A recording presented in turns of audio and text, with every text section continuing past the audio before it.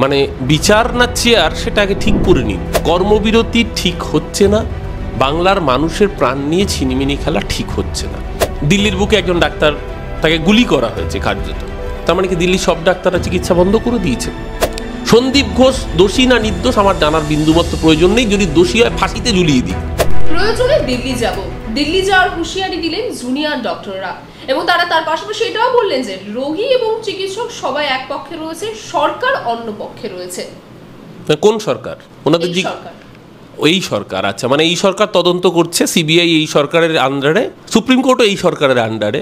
তো সমস্যা হচ্ছে এখানেই, মানে বিচার না চেয়ার সেটা আগে ঠিক করে নিন। বিচার চাইলে রাস্তায় সবাই আছেন আপনাদের পাশে। আর যদি সিস্টেমকে এলোমেলো করে দেমা করে দিতে চান তাহলে কর্মবিরতি করুন। সুপ্রিম কোর্টে আপনাদের আইনজীবী হলফনামা দিয়ে জানিয়ে এসছেন যে কর্মবিরতি নয়, আউটডোর, ওপিডি সব জায়গায় সম্পূর্ণভাবে কাজ চলবে। সুপ্রিম কোর্টের অর্ডারকে ভায়োলেট করছেন জুনিয়র ডাক্তার। আমরা বলছি তো আপনাদের আন্দোলন থাকুক, আন্দোলনের দাবি ন্যায্য, তাতে কারুর সঙ্গে কোনো দ্বিমত নেই। যে পন্থায় আপনারা করছেন সেই পন্থা অন্যায়। কর্মবিরতি ঠিক হচ্ছে না, বাংলার মানুষের প্রাণ নিয়ে ছিনিমিনি খেলা ঠিক হচ্ছে না। আমরা আবারও বলছি, যে কারণে আপনারা আন্দোলনে নেমেছেন, জাস্টিস দেওয়ার দায়িত্ব সুপ্রিম কোর্টের নিয়ন্ত্রণাধীন এই মুহূর্তে তদন্ত। জাস্টিস ইমপ্লিমেন্ট করার দায়িত্ব কেন্দ্রীয় সরকারি এজেন্সি সিবিআইয়ের হাতে। স্বাভাবিকভাবেই আপনারা যে কাজগুলো করছেন তার পিছনে কোনো রাজনৈতিক ইন্ধন থাকতেই পারে। রাজনৈতিক ইন্ধন থাকাটা অন্যায় কিছু নয়, কারোর রাজনীতি করবার ইচ্ছে থাকতেই পারে। রাজনীতি করুন, তাহলে রাজনৈতিক দলের পতাকা নিয়ে করুন। শুধু জুনিয়র ডাক্তারদের নাম করে মানুষকে চিকিৎসা পরিষেবা থেকে এইভাবে দিনের পর দিন বঞ্চিত করে রাখা যায় না। সুপ্রিম কোর্টের অর্ডার থাকার পরেও এটা ক্লিয়ারলি কন্টেম্প্ট অফ কোর্ট হচ্ছে। এবং তারা দিল্লি যাওয়ারও হুঁশিয়ারি দিয়েছে। দিল্লি যেতে পারেন, ওয়াশিংটন ডিসি যেতে পারেন, লন্ডনে যেতে পারেন, যেখানে খুশি যেতে পারেন। এমনকি ইসরায়েলও এখন আক্রান্ত হয়েছে, ইসরায়েলও পরিষেবা দিতে যেতে পারেন, অসুবিধা নেই। যেখানে খুশি যান, জাস্টিসের দাবিতে আন্দোলনে থাকুন, কর্মবিরতিটা তুলে যেখানে খুশি যান। মহালয়ার দিনই আরজি করে অভয়ার স্মরণে যে স্থাপিত ভাস্কর্য রয়েছে, সেই ভাস্কর্য এবার সমাজ মাধ্যমে ব্যাকলাশ পাচ্ছে। আপনার কি মতামত? প্রথম কথা, এটা খুব ইনসেন্সিবল কাজ হয়েছে। সুপ্রিম কোর্টের নির্দেশ অনুযায়ী এবং গাইডলাইন আছে, সেখানে নির্যাতিতার আইডেন্টিটি কোনোভাবেই ডিসক্লোজ করা যায় না। আর যে অবয়ব তারা ওখানে রেখেছেন সেই অবয়বটা সামগ্রিকভাবে না রাখলে বোধহয় মানুষের কাছে একটা ভালো বার্তা যেত। এই কারণেই, কারণ এই অবয়বটা দিয়ে আপনি একটা কিছু বক্তব্য নিশ্চয়ই রাখতে চাইছেন, সেই বক্তব্য আপনার পক্ষে যেতে পারে, আমার মনঃপূত হতে পারে, নাও হতে পারে। কিন্তু যখন একজন ডাক্তার, আমাদের ঘরের একজন বোন এভাবে চলে গিয়েছে, তার যদি অবয়ব রাখতে হতো তাহলে ডাক্তারের গাউন, তার গলায় স্টেথোস্কোপ বা যে সিম্বলিক জায়গাগুলো রয়েছে সেগুলো দিয়েই সেটাকে বোঝানো যেত। তার জন্য এই ধরনের একটি নৃশংস প্রতিকৃতি সেটা না রাখলেই বোধহয় এই বাস্তবতার সাথে তারা সাযুজ্য রাখতেন না। সেই জায়গায় যেটা করেছেন এটা কিছুটা অসংবেদনশীল মননের কাজ হয়েছে বলে আমার অন্তত ব্যক্তিগতভাবে মনে হয়েছে। এরপর তারা তাদের যেটা ভালো বুঝেছেন করেছেন। দিনের শেষে তো মানুষ বিচার চাইছে। বিচার এটা অভয়ের মূর্তি নয়, এটা প্রতিবাদের মূর্তি। প্রতিবাদের মূর্তির বিভিন্ন প্রতিবাদ তো ডাক্তারবাবুরা করছেন। ডাক্তারবাবুদের প্রতিবাদকে তো সিভিল সোসাইটি আমরা সবাই সম্মান জানিয়েছি। ডাক্তারবাবুদের প্রতিবাদীর অস্ত্র হতে পারত ফলকে নাম লেখা থাকলে অভয়া, সবই সেখানেই তো পড়া যাচ্ছিল। ডাক্তারের প্রতিবাদ, একজন ডাক্তার, একজন মহিলা ডাক্তার, তার অবয়ব রাখা যেত, তার গলায় স্টেথোস্কোপ, গাউন রাখা যেত। সেটা তারা ঠিক করেছেন, তাদের যেটা রুচি সেটা মনে হয়েছে তারা করেছেন। এটা ব্যক্তিগত রুচির পরিচয়। আমার মনে হয় এই ধরনের প্রতিকৃতি না রাখলে বোধহয় সামগ্রিকভাবে আর একটু ভালো হতো। কারণ কোনো কিছুই এমন এক্সটেন্টে নিয়ে যাওয়া উচিত নয় যাতে সামগ্রিকভাবে এমন একজনের জন্য আমরা জাস্টিস চাইছি কোথাও তার আত্মাকে আঘাত করে বা তার পরিবারকে, কোথাও পরবর্তীকালে তার পরিবারের লোকজন যদি কখনো আসেন, তার পরিবারের লোকজনের কাছেও জিনিসটা যথেষ্ট ট্রমাটাইজড হবে। ডাক্তারদের সুরক্ষা, এই 9 আগস্টের ঘটনার পরে এই কথাটাই সবসময় জুনিয়র ডক্টরদের করে সকলের মুখে শোনা যায় এবং তার জন্য তাদের অনেক দাবি দাবাও থাকে, এখনো তারা আন্দোলন করছে। কিন্তু এখন যে খবর আসছে শুধুমাত্র এই রাজ্যে না, আমি দিল্লির যদি কথা বলি, সেখানে একদম দেশের ক্যাপিটাল শহরে সেখানে দেখা যাচ্ছে একদম প্রকাশ্যে ডাক্তারকে গুলি করে মারা হয়েছে। তাহলে এখানে এই প্রশ্নটা জোরালো হচ্ছে, তাহলে এই রাজ্যে তো ডাক্তারদের সুরক্ষা নেই, অন্য রাজ্যেও কি ডাক্তারদের সুরক্ষা নেই? দেখুন, এটা একটা সামাজিক সমস্যা। এটা এ রাজ্য অন্য রাজ্য বলে নয়। দিল্লির বুকে একজন ডাক্তার, তাকে গুলি করা হয়েছে কার্যত। তার মানে কি দিল্লির সব ডাক্তাররা চিকিৎসা বন্ধ করে দিয়েছেন? আজকে সব পেশায় সমস্যা আছে। সাংবাদিক গৌরী লঙ্কেশ, তাকে খুন করা হয়েছে, তার জন্য সব সাংবাদিকরা সংবাদ পরিবেশন বন্ধ করে দিয়েছেন। এটা হয় না। আপনি আপনার দায়িত্ব এবং কর্তব্য, ডাক্তারি প্রফেশন আর বাকি 10টা প্রফেশনের মতো নয়, এখানে শপথ নিয়ে পরিষেবা দেওয়ার কথা মানুষকে। নিশ্চিতভাবে যে ঘটনা ঘটেছে সেই ঘটনা নিন্দনীয়, আন্দোলন করুন, কিন্তু তাই বলে পরিষেবা বন্ধ করে দিয়ে নয়। দিল্লিতে যেরকম একজন ডাক্তার খুন হয়েছেন, আবার উড়িষ্যায় একজন ডাক্তার তার কাছে চিকিৎসা করতে আসা মহিলাকে ধর্ষণ করেছেন, এই কদিন আগের ঘটনা। তো সব প্রফেশনেই ভালো মানুষ আছেন, খারাপ মানুষ আছেন। আমরা পরিষ্কার করে বলছি যে এই ঘটনা সারা ভারতবর্ষের সর্বত্র একই চিত্রটা বদলাতে হলে আমাদের সমাজকে এগিয়ে আসতে হবে। কিন্তু এখানে তো হিপোক্রেসি হয়ে যাচ্ছে কিছু কিছু জায়গায়। আপনারা আরজি করে নতুন কমিটি করলেন জুনিয়র ডাক্তাররা, সেই কমিটিতে নাম রাখলেন ডক্টর তিতাস পালের, সেই কমিটিতে ডক্টর রিয়া বেরার নাম রাখলেন, সেই কমিটিতে ডক্টর রমা বেরার নাম রাখলেন জুনিয়র ডাক্তারদের প্রতিনিধি হিসেবে। আপনারা বললেন যে ময়না তদন্তে অস্বচ্ছতা রয়েছে, অথচ আপনারাই ময়না তদন্তে এই ডাক্তারদের রেখেছিলেন এবং এই ডাক্তাররা উপস্থিত থেকেছেন। ম্যাজিস্ট্রেটের উপস্থিতিতে অটোপসি হয়েছে, ইনকোয়েস্ট হয়েছে, ভিডিওগ্রাফি হয়েছে এবং তারা সই করেছেন যে আমরা এই পদ্ধতিতে সন্তুষ্ট, এই ময়না তদন্তের পদ্ধতিতে। তাহলে কেন আপনারা ওদেরকে রাখলেন কমিটিতে? কারণ ওরা তো সন্তুষ্ট হয়ে জানিয়ে এসছে। যদি ওনারা সন্তুষ্ট হয়ে থাকেন তাহলে ময়না তদন্ত সঠিক ছিল, আর যদি ময়না তদন্ত সঠিক না হয়ে থাকে তাহলে আপনারা কেন এদের বিরুদ্ধে সিবিআইয়ের কাছে চিঠি লিখলেন না যে এদেরকে ব্যবস্থা নেওয়া হোক? এরা মিথ্যা কথা বলেছে, এরা ময়না তদন্তে প্রভাবিত করতে প্রশাসনের সাথে হাত মিলিয়ে সহযোগিতা করেছে, সিবিআই এদের জিজ্ঞাসাবাদ করুক। উল্টে তাদেরকে কমিটিতে রাখলেন, মানে আপনাদের মদত রয়েছে। তার মানে আপনারাই একবার বলছেন ময়না তদন্ত প্রক্রিয়া ঠিক, আবার পরে রাজনীতির ঘোলা জলে মাছ ধরার জন্য বলছেন ময়না তদন্ত ভুল। ম্যাজিস্ট্রেটের উপস্থিতিতে হয়েছে, তাহলে কেন সেই ম্যাজিস্ট্রেটের বিরুদ্ধে অনাস্থা জ্ঞাপন করলেন না? সিবিআইকে কেন বললেন না ওই ম্যাজিস্ট্রেটকে প্রয়োজনে জিজ্ঞাসাবাদ করা হোক? একটার পর একটা মিথ্যে বলা হচ্ছে। সেমিনার রুম ভেঙে দেওয়া হলো, সবাই দেখেছে, ভাইরাল হয়ে গেছে। কার্যত কি দেখলাম, ওই ডাক্তারদের, জুনিয়র ডাক্তারদের উপস্থিত 18 জন জুনিয়র ডাক্তার সই করেছিল নথিতে। সেমিনার হলের পাশে বাথরুম তৈরি করতে হবে, ইমার্জেন্সি বেসিসে টয়লেট ব্লক করতে হবে, এই জুনিয়র ডাক্তাররা সই করেছেন। তাহলে কেন মিথ্যা কথা বলেছিলেন সেদিনকে গুজব রটানোর জন্য? 150 গ্রাম সিমেন্টের তত্ত্ব কারা এনেছিলেন? প্রথম থেকেই একটার পর একটা গুজব। আরেকটি সংবাদ মাধ্যম গোষ্ঠী রোজ মিথ্যা কথা বলে যাচ্ছে। সর্বভারতীয় সংবাদ মাধ্যম, বৃহত্তম সংবাদ মাধ্যম দাবি করার রোজ সূত্রের খবর। আরে ভাই, যদি এতই সূত্রের খবর হয় তাহলে আদালতের রিপোর্টগুলো বলছো না কেন বাবা? সন্দীপ ঘোষ দোষী না নির্দোষ আমার জানার বিন্দুমাত্র প্রয়োজন নেই, যদি দোষী হয় ফাঁসিতে ঝুলিয়ে দিক। সন্দীপ ঘোষকে ইন্টারোগেশনই করেনি কেন সিবিআই? শিয়ালদা কোর্টে তো লেজে গোবরে নাস্তানাবুদ হয়েছে। যেদিনকে সুপ্রিম কোর্টে শুনানি, একই দিনে শিয়ালদা কোর্টে শুনানি হচ্ছে। সন্দীপ ঘোষের আইনজীবীর উপস্থিতিতে তাকে জিজ্ঞাসাবাদ করার কথা, আইনজীবী বলছে কোনো জিজ্ঞাসাবাদ হয়নি তার। তখন সিবিআই বলছে না আমরা জিজ্ঞাসাবাদ করেছি। তখন আইনজীবী বলছে যদি জিজ্ঞাসাবাদ করে থাকে তাহলে বয়ানটা দেখাতে বলুন। বয়ান দেখাতে পারেনি কারণ কোনো জিজ্ঞাসাবাদই করেনি, অথচ কাস্টডিতে চাইছে। আরে ভাই, তুমি যদি জিজ্ঞাসাবাদই না করো তাহলে তদন্তটা এগোবে কোত্থেকে? তার মানে তোমাকে মানতে হবে যে আগের লটে যে জিজ্ঞাসাবাদ করেছো তারপর আর নতুন করে কিছু জিজ্ঞাসাবাদ করার নেই। অর্থাৎ একটা ঘটনা নিন্দাজনক, দুর্ভাগ্যজনক, দুঃখদায়ক ঘটনা, সেই ঘটনাকে সামনে রেখে চেয়ারের রাজনীতি হচ্ছে এখন। এই রাজনীতি কোনো বিচারের রাজনীতি নেই। এই যে 10 দফা দাবি, 10 দফা দাবির মধ্যে অভয়ের জন্য কটা দাবি আছে? সব তো কবে ইলেকশন করতে হবে, কবে কোথায় কি কমিটি রাখতে হবে, থ্রেট কালচারের বিরুদ্ধে আন্দোলন করতে গিয়ে তো কাউন্টার থ্রেট কালচার তৈরি হচ্ছে।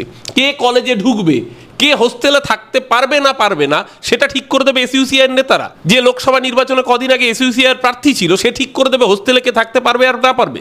একটা থ্রেট কালচারের বিরুদ্ধে প্রতিবাদ করতে গিয়ে কাউন্টার থ্রেট কালচারে ইমপ্লিমেন্ট করা শুরু করেছে। থ্রেট কালচার যদি খারাপ হয়, এ যদি করে খারাপ, এক্স করলেও খারাপ, ওয়াই করলেও খারাপ, জেড করলেও খারাপ। থ্রেট কালচার সবার জন্য খারাপ, এটা পরিষ্কারভাবে বলতে হবে। আজকে একটা পোর্টাল আপনি দেখছি ইন্টারভিউ নিচ্ছে একজনের, সে হঠাৎ করে কুণালদার নাম করে, দেবাংশুর নাম করে বলছে ওরা বেরোলে না পাবলিক বুঝে নেবে। আরে ভাই, পাবলিক বুঝে নেবে সেটা তো পাবলিকের ব্যাপার।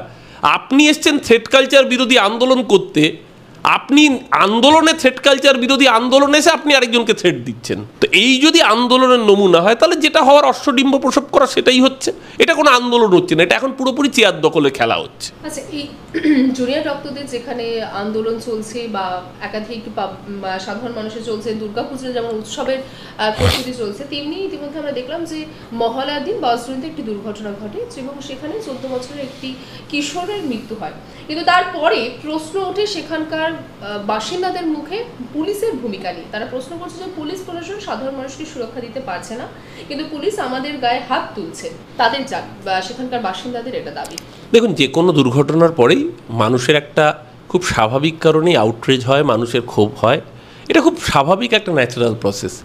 সেইখানে প্রশাসন যথেষ্ট সতর্কতার সাথে তারা ব্যবস্থা গ্রহণ করেন, এক্ষেত্রেও তাই করেছে। এখানে কিন্তু একটা জিনিস দেখবেন, নিকটবর্তী থানার ওসিরা যারা ওখানে গিয়েছিলেন এই গণ্ডগোলের জন্য, যেহেতু আশেপাশের থানা থেকেও ফোর্স যেতে হয়, যেহেতু বড় গণ্ডগোল হয়, তারা কিন্তু কোথাও প্রথমে পুলিশ মানুষের গায়ে আক্রমণ করেনি, মানুষের গায়ে হাত তোলেনি। উল্টে দেখা গিয়েছে বিভিন্ন থানার ওসিদের কার্যত দাঁড়িয়ে হেকেল করা হয়েছে, নিগ্রহ করা হয়েছে। সেই জায়গায় দাঁড়িয়ে স্বাভাবিকভাবেই যখন পুলিশের বাকি কর্মীরা তারা সেই ওসিকে বা এসিকে রেস্কিউ করার প্রসেস করেছেন, সেক্ষেত্রে তো সেটা ইমপ্লিমেন্ট করতেই হবে, কারণ ল অ্যান্ড অর্ডার মেনটেন করাটাও প্রশাসনের কাজ। যে ঘটনা ঘটেছে দুঃখজনক, একটি বাচ্চা ছেলে পড়তে গিয়ে তার মৃত্যু হয়েছে। যে ঘটনার প্রেক্ষিতে এটা ঘটেছে, সেই রাস্তাটা দীর্ঘদিন ধরে রাস্তায় কাজ চলছে, কেইআইপির কাজ চলছে, প্রথমে ড্রেনেজের কাজ হয়েছে।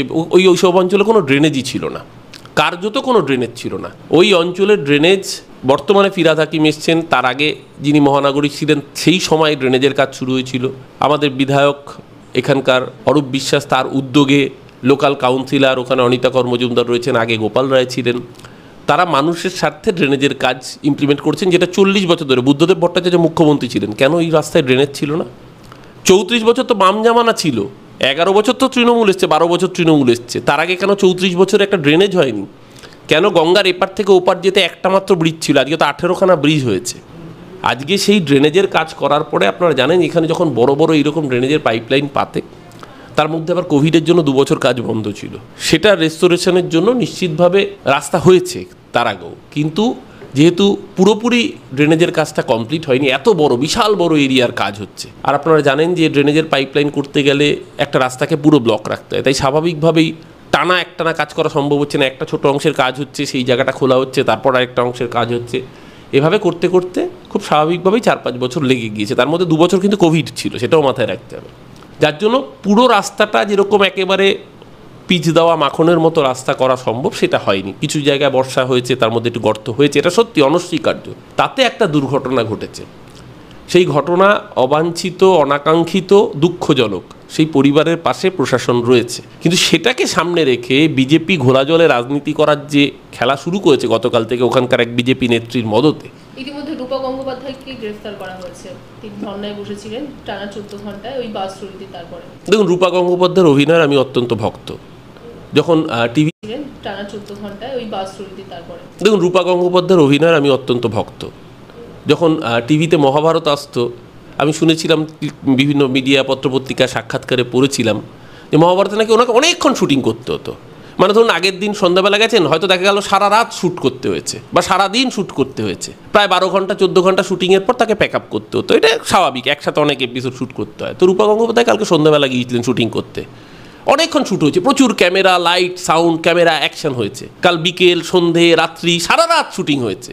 আজকে সকালবেলায় থানা তো প্রশাসনিক কাজ করতে হবে, তো থানাকে তো ওই বাসজনী থানার আন্ডারে 3টে ওয়ার্ড, 111, 12 এবং 13 নম্বর ওয়ার্ড, সমস্ত ল অ্যান্ড অর্ডারটা মেনটেন করতে হয়। তো সকাল থেকে যদি রূপা গঙ্গোপাধ্যায় ওখানে শুটিং করেন, সকাল থেকে যদি রূপা গঙ্গোপাধ্যায় আগের দিন রাত থেকে যদি শুটিং করতে থাকেন, তাহলে একটা সময় তো তাকে প্যাক আপ করতে হবে। থানা অবশেষ বাধ্য হয়ে আজ সকালে বলেছে এবার প্যাক আপ করুন ম্যাডাম, অনেকক্ষণ শুটিং হয়ে গিয়েছে, তিনি শুনতে চাননি, বাধ্য হয়ে তাকে লালবাজার অ্যারেস্ট করেছে। ল অ্যান্ড অর্ডার যদি মেনটেন করতে গিয়ে পুলিশকে ব্যবস্থা নিতে হয়, তাহলে রূপা দেবীকেও বুঝতে হবে যে একটা জায়গায় গিয়ে শুটিংটা বন্ধ করতে হয়। উনি সেটা বোঝেননি, তাই জন্য প্রশাসন ব্যবস্থা নিয়েছে।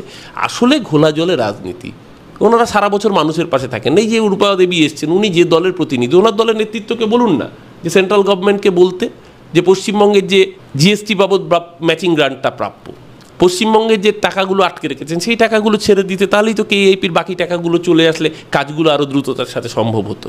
সেটা করেননি। সেটা না করে এখানে এসেছেন সস্তার রাজনীতি করতে। ওনার সিনেমা, ওনার যে শুটিংয়ের জন্য এসেছিলেন, শুটিং এপিসোড সমাপ্ত হয়েছে, প্যাক আপ হয়ে গিয়েছে, এখন উনি লালবাজারে ঠান্ডা করে বিশ্রাম নিন, পরে বিকেলবেলা বাড়ি ফিরে গিয়ে মিডিয়ার সামনে বাইট দেবেন। বাসরঙ্গী যেমনটা বলেছে, রাস্তা নিয়ে একটা সমস্যা রয়েছে, সেখানকার বাসিন্দাদেরও একই বক্তব্য যে রাস্তা নিয়ে একটা সমস্যা, বড় সমস্যা সেখানে। তার পাশাপাশি সেখানকার বাসিন্দারা ক্ষুব্ধ হয়ে আছেন কাউন্সিলরের বিরুদ্ধেও। কাউন্সিলর কেন সেখানে যায়নি ঘটনার পরে, এবং ঘটনার অনেকটা সময় পার হয়ে যাওয়ার পরে কেন যায়নি, এটা একটা তাদের মধ্যে অভিযোগ বা ক্ষোভ। তারা বারবার বলছে যে কাউন্সিলর কেন, তিনি কেন আসেননি। না, এটা তো সেই কনসার্ন কাউন্সিলর যিনি তিনি বলতে পারবেন, গেলে নিশ্চিতভাবে ভালো হতো। কিন্তু এটাও ঘটনা, যেভাবে মানুষকে ওখানে প্রভোগ করা হয়েছে, কাউন্সিলর গেলে হয়তো পরিস্থিতি আরও খারাপ হতে পারত, পরিস্থিতি আরও খারাপ হতে পারত। আমরা এই ঘটনা নিয়ে রাজনীতি চাই না, হয়তো সম্ভবত সেই কারণেই কাউন্সিলর সেখানে গিয়ে ওঠেননি, যাতে এইটা নিয়ে কোনো রাজনৈতিক দলাদলির মধ্যে না যায়। কারণ কাউন্সিলর গেলে তার সাথে দলীয় লোকজনও যাবেন, উল্টো দিকে একটা সেকশন অফ মব রয়েছে, দুপক্ষের মধ্যে কথা কাটাকাটি, বিবাদ, খুব স্বাভাবিক একটা ঘটনা হবে। হয়তো সেই অপ্রীতিকর পরিস্থিতি এড়ানোর জন্যই তিনি সেখানে যাননি। পুলিশ যা ব্যবস্থা নেওয়ার করছে, প্রশাসন যা সিদ্ধান্ত নেবে, যে বা যারাই এখানে গাফিলতি পাওয়া যাবে তার বিরুদ্ধে অ্যাকশন হবে ডিপার্টমেন্টাল। মেয়র তো বলেই দিয়েছেন ইতিমধ্যেই। আচ্ছা, একটা শেষ প্রশ্ন করবো এবং অন্য প্রসঙ্গে। ইতিমধ্যে আমরা জানি যে অনেকে অনেক মন্তব্য করছিল এবং ঠিক কোন পর্যায়ে যাবে সেটা নিয়েও সকলের চিন্তা ছিল। এবং ইতিমধ্যে দেখা যায় যে হাই কমিশনার সহ ভারতে উপস্থিত বাংলাদেশের রাষ্ট্রদূতদের দেশে ফিরে আসার নির্দেশ দেওয়া হলো মোহাম্মদ ইউনূসের নেতৃত্বাধীন সরকারের তরফ থেকে। এরপরে বাংলা এবং বাংলাদেশের সম্পর্কের মধ্যে কি কোনো প্রভাব পড়তে পারে? দেখুন, আমি একটা কথা বলি, আমাদের সাথে বিজেপির রাজনৈতিক বিরোধ আছে, আমাদের সাথে সিপিএমের রাজনৈতিক বিরোধ আছে, আমাদের সাথে কংগ্রেসেরও কিছু কিছু ক্ষেত্রে রাজনৈতিক বিরোধ আছে। কিন্তু দিনের শেষে আমরা একজন পশ্চিমবঙ্গের নাগরিক, আমরা একজন ভারতবর্ষের বাসিন্দা। যখন সিদ্ধান্তটা সরকারি স্তরে গৃহীত হয়, যখন সিদ্ধান্তটা ভারত সরকার নিচ্ছে এবং সম্পর্কটার বিষয়টা হচ্ছে বিদেশি রাষ্ট্রের সাথে সম্পর্কের বিষয়, সেক্ষেত্রে মমতা বন্দ্যোপাধ্যায় একাধিকবার বলেছেন যে আমরা যখন দেশের ইন্টিগ্রিটির প্রশ্ন, সেক্ষেত্রে আমরা সবসময় আমরা ভারতবর্ষের সরকারের পাশে আছি। এক্ষেত্রে ভারতবর্ষের সরকার কোনো সিদ্ধান্ত নিয়েছে, আমাদের বিজেপির পলিসির বিরুদ্ধে হাজার কথা বলবার আছে, আমাদের বিজেপির রাজনীতির বিরুদ্ধে লক্ষ কথা বলবার আছে, কিন্তু যখন ভারতবর্ষের কোনো সরকার সিদ্ধান্ত নেয়, একজন ভারতবাসী হিসেবে সেই সিদ্ধান্তকে আমরা বিরোধিতা করতে পারি না, দলগতভাবেও নয়, সরকারগতভাবেও নয়। কিন্তু এটা ঘটনা বহু ক্ষেত্রে আমরা দেখেছি, ভারত সরকার যেমন তিস্তার জলবন্টন চুক্তির ক্ষেত্রে পশ্চিমবঙ্গকে বাদ দিয়ে কথা বলবার চেষ্টা করেছে, এগুলো যুক্তরাষ্ট্রীয় কাঠামোর উপর আঘাত। সেই ধরনের কাজ যেন ভারতবর্ষের সরকার না করেন। কিন্তু এক্ষেত্রে যেহেতু বিদেশি রাষ্ট্রের সঙ্গে সম্পর্কের বিষয়, এক্ষেত্রে ভারত সরকার তারা যখন সিদ্ধান্ত নিয়েছেন, সেই সিদ্ধান্ত নিশ্চয়ই সব দিক বিবেচনা করেই নিয়েছেন। দলগতভাবে এক্ষেত্রে আমরা কোনোটাই প্রতিক্রিয়া দেব না। আমরা আশা রাখবো ভারত সরকার যেই সিদ্ধান্তই নেবেন, সেই সিদ্ধান্ত দেশের মানুষের স্বার্থের কথা ভেবেই তারা নেবেন। বাংলা হান্টের আরো খবর দেখতে নজর রাখুন। বাংলা খবর মানেই বাংলা হান্ট।